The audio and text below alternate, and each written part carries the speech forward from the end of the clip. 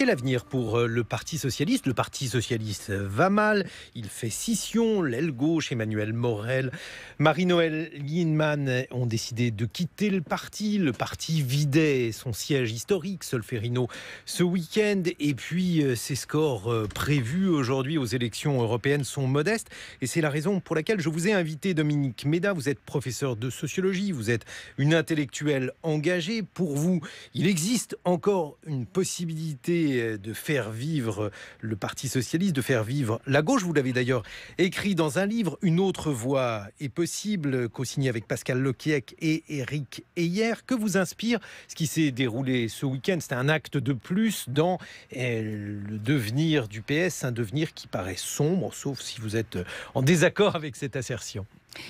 J'aimerais peut-être mieux parler de la gauche que du Parti socialiste, parce que j'ai l'impression qu'on est dans un processus à la fois peut-être de clarification. Un certain nombre de personnes sont parties du Parti socialiste pour aller vers En Marche.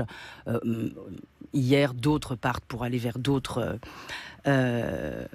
volets de l'échiquier politique. Donc un processus de clarification qui est peut-être le début d'une recomposition. Mais si vous voulez, j'ai pas envie de parler que du PS, mais de parler globalement de la gauche. Parce que regardez ce qui se passe, par exemple, en Espagne ou au Portugal. Qu'est-ce qui se passe?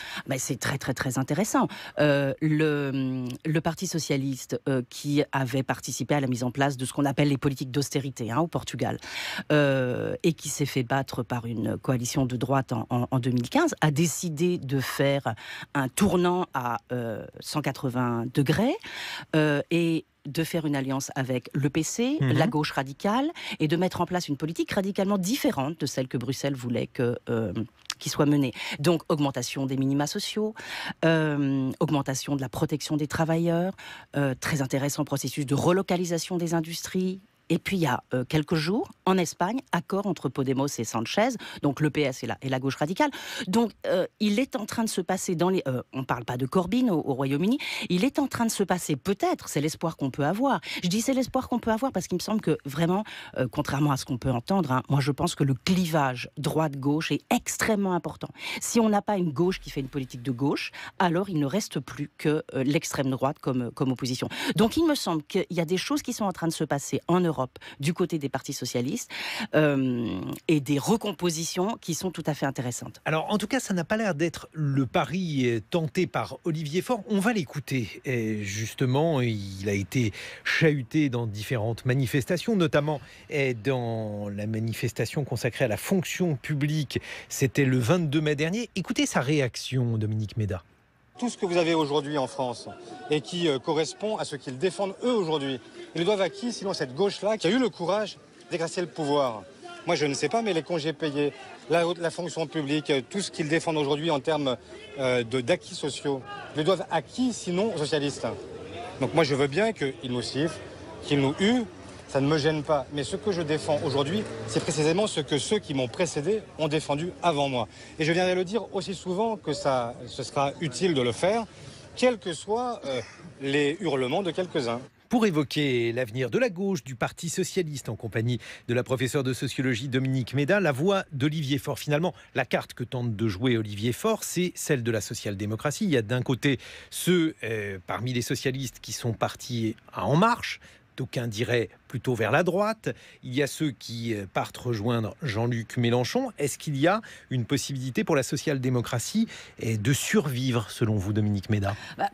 Si vous voulez, moi je trouve qu'il y a un problème congénital en fait avec le PS français qui a toujours été un peu comment dirais-je, en décalage par rapport à ses homologues. Je reviens à ses homologues parce que je me souviens de la grande réunion à Florence. J'y étais, c'était très intéressant. Grande réunion à Florence en 1999. Il y avait Jospin, Massimo D'Alema, Clinton et Blair. Et là, Jospin, qui voulait faire une politique encore assez de gauche, très de gauche, se trouvait pris sur sa droite par Clinton et Blair qui étaient en train de faire des choses, de faire changer radicalement la social-démocratie. Donc même quand on dit social-démocratie, qu'est-ce que c'est? Regardez ce que Blair a fait. Je vous pose la question, justement. Merci. Non mais regardez ce que Blair a fait, le manifeste Blair-Schröder, c'était quand même quelque chose. Là encore, 1999. Donc on a quand même structurellement un parti socialiste en France qui cherche son point d'équilibre, et il faut toujours revenir au point historique fondamental, hein, qui est 83. 83, quand Mitterrand prend la décision, le fameux tournant de la rigueur, et il faut relire un article qui est absolument extraordinairement éclairant de Abdelal, Raoui Abdelal, hein, qui nous raconte, qui parle du consensus de Paris, un professeur à Harvard de sciences politiques, qui raconte que ce sont quand même des socialistes français, presque un carteron, on pourrait dire, de socialistes français, Delors, Lamy, Candesu, etc., qui ont poussé l'idée de libéralisation des capitaux en pensant qu'on pourrait maîtriser la mondialisation, et puis en fait on ne l'a pas maîtrisé du tout.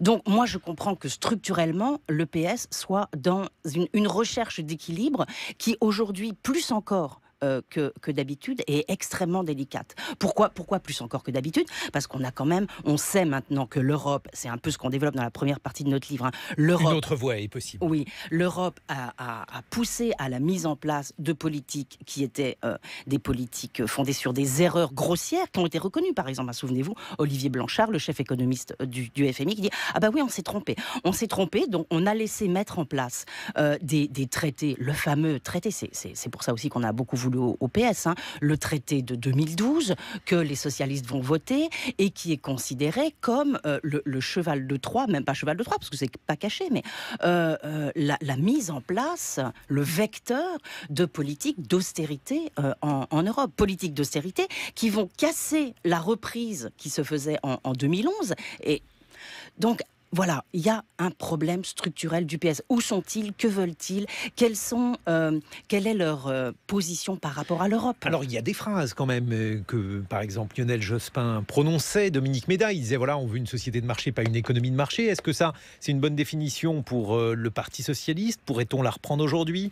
Ça vous fait soupirer? Non, mais déjà à l'époque, j'avais pas été très convaincue par cette phrase un peu polanyienne, hein, mais non, je pense...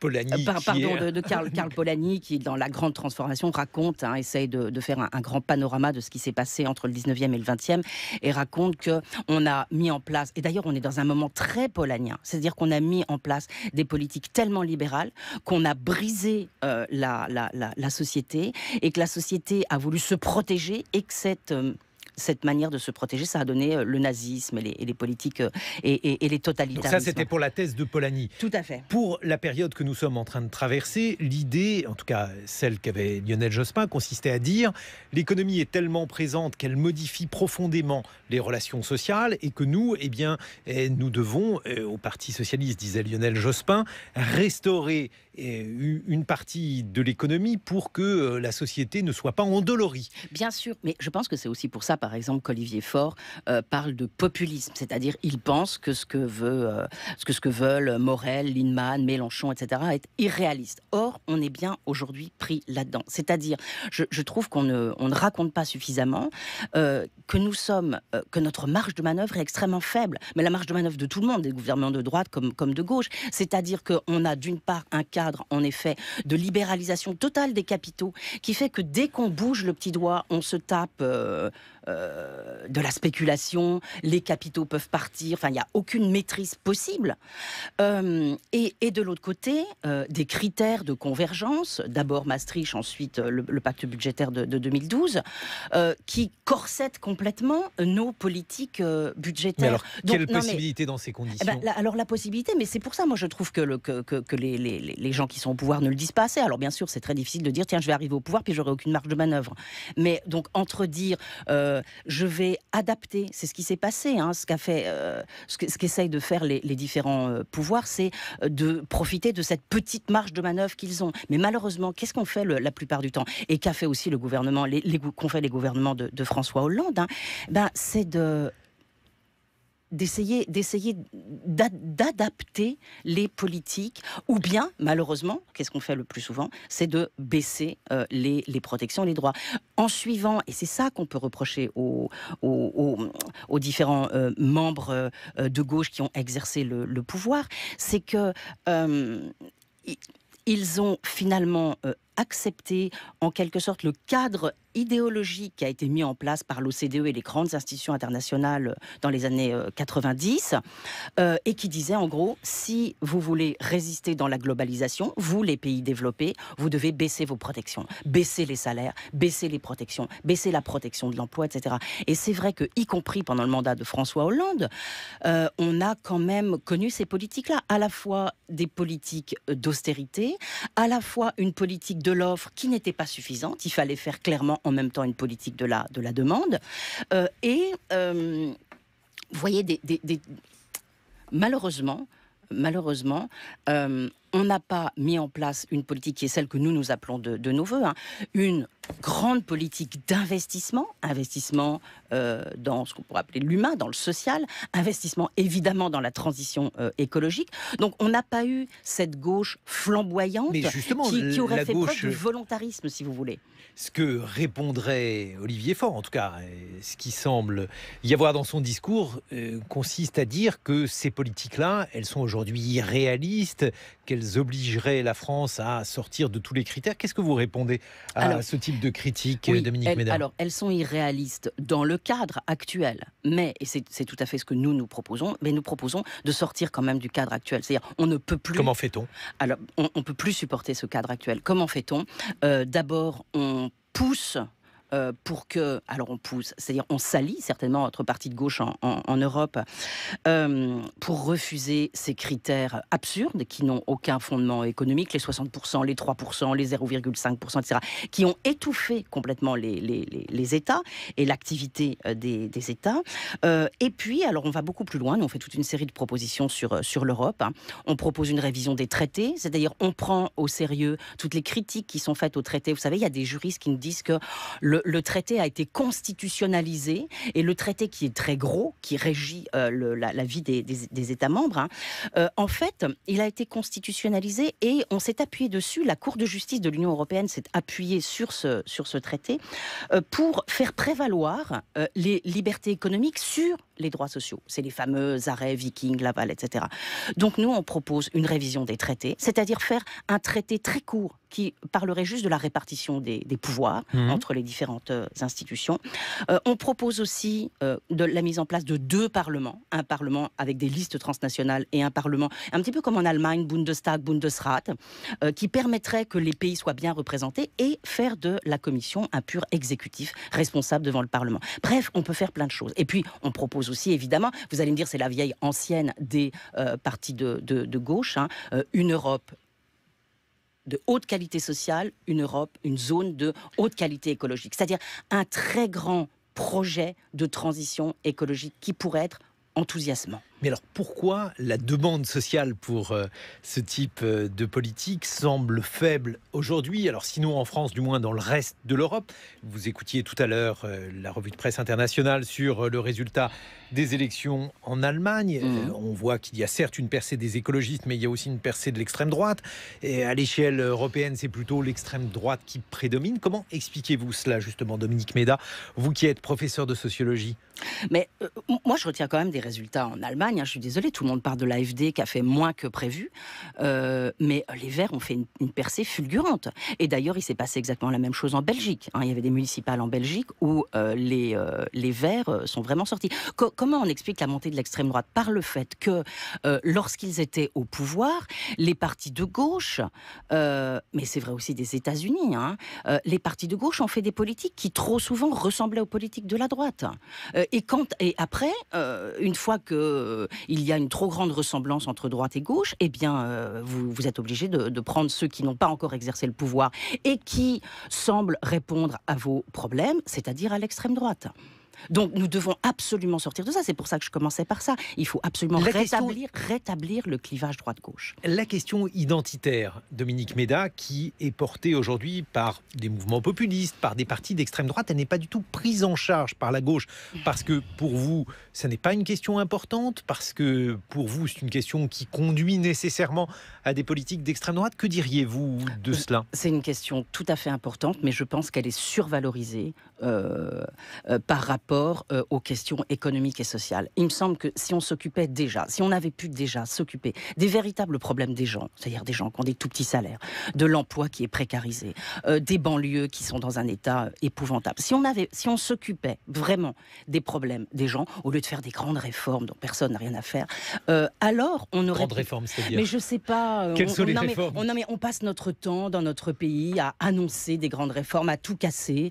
Après, on met des années à remettre en place les structures et finalement, il ne se passe rien. Des exemples, Dominique Méda, de réformes qui vous paraissent... Par exemple, est-ce que la réforme des retraites, elle vous paraît inessentielle? Est-ce que la réforme de la réforme des SNCF... retraites, tout à fait franchement, elle ne me paraît pas du tout la priorité. La priorité, par exemple, alors on a eu un plan pauvreté. La priorité, c'est les 5 millions de personnes qui sont sous le seuil de pauvreté et qui ont 855 € par mois. La priorité, c'est de remettre notre hôpital en marche. La priorité, c'est de prolonger notre système de protection sociale et de faire quelque chose sur la dépendance, qui est devenue un problème absolument énorme. Enfin, la dépendance, c'est encore un mauvais terme, mais je veux dire, toutes ces personnes âgées qu'on met dans des établissements où elles ne sont pas bien prises en charge, et surtout avec un poids du financement, un reste à charge absolument monstrueux pour les familles. Donc là, si vous voulez, on a des tas de perspectives en matière sociale, en matière écologique, on a des tas de choses à faire pour améliorer la vie quotidienne des gens. C'est pour ça que je dis qu'il ne faut peut-être pas aller...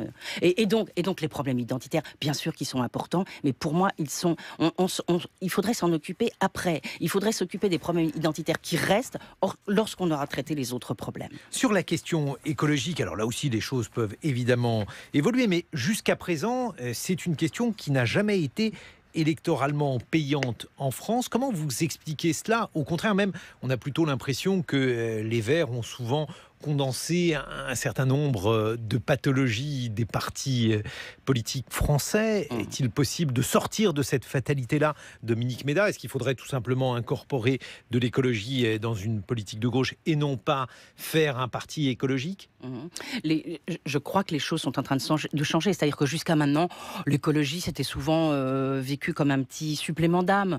Donc on votait écolo quand on n'avait pas trop envie de voter pour la gauche ou la droite qui était présente. Mais aujourd'hui, les choses ont radicalement changé. Et vous avez vu qu'il y a une prise de conscience qui est absolument générale, à la fois du fait des changements climatiques, en effet, que l'on voit à l'œuvre, enfin, et puis de ces rapports qui se succèdent. Et il y a une prise de conscience qu'en effet, il faudrait bifurquer radicalement. Et là, il me semble que les partis écologistes ont toute leur place et vont reprendre. C'est peut-être ce qu'on voit avec la Belgique et ses premières élections. C'est les premières depuis le dernier rapport du GIEC. Le dernier rapport du GIEC qui est tout à fait inquiétant et qui nous dit en gros que c'est quasiment trop tard. Donc, si c'est trop tard, alors... Bien sûr, si c'est trop tard, alors surtout ne bougeons pas. Non, mais voilà, il me semble que ceux qui devraient remporter la mise là dans les années qui viennent, ce sont bien sûr les partis écologiques, mais à mon avis, d'ici là, les autres partis auront intégré de l'écologie dans leur programme.